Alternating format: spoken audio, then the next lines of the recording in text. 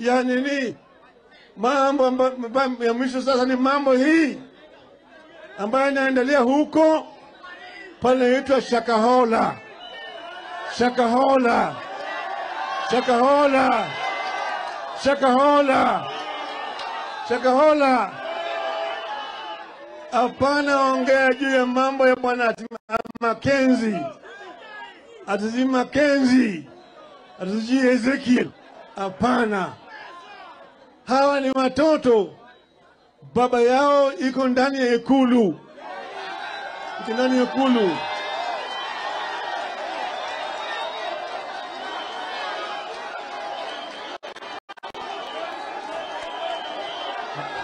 Hello. Hello. Hello. Hello. Hawa watu ni vikundi na vinajulikana. Kila mara kwa mara wamekuwa ni maombi.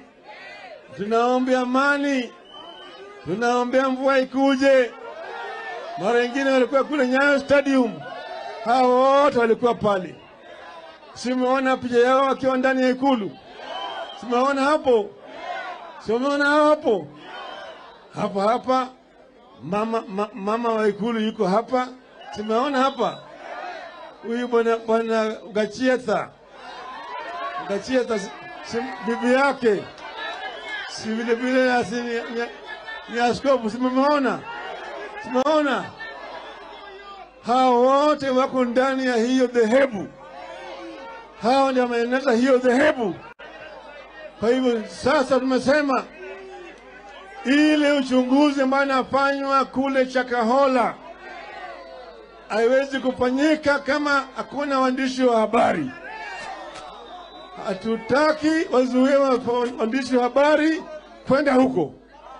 Maana yake sasa wamefukua maiti zaidi ya 100 ambao wanafukuliwa kule. Hii ni masaka ambayo haijaonekana katika historia ya nchi yetu.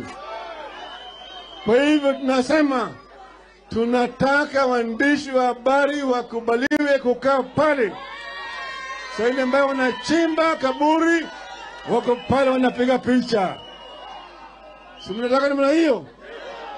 Yale ambayo yanafanyika kule Shakahola ni kitu ambayo haijaonekana katika taifa letu. Watu wanawawa, wanazikwa watu mtu mmoja na bibi yake na watoto yake ndani ya kaburi moja. Mwingine amezikwa na mama yake. Mwingine amezikwa na babu yake. Tumeona hapo. Haya ni vitendo vioja ambaye sisi kama Wakenya wote tunalaani vikali. Tunaambia Bwana Ruto, wajibike wewe mwenyewe. Wewe mwenyewe. Wewe mwenyewe. Wewe mwenyewe. Wakenya si mbuzi yako. Kenya si mbuzi yako. Bwana Gachagua, bibi yako hapo kule ndani. Mama Aida alisema makanisa yachunguzwe. Wakasema mama Aisha ametumwa na baba, manake baba anaabudu shetani.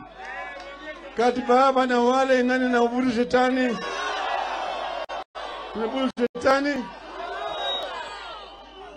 Kwa hivyo sisi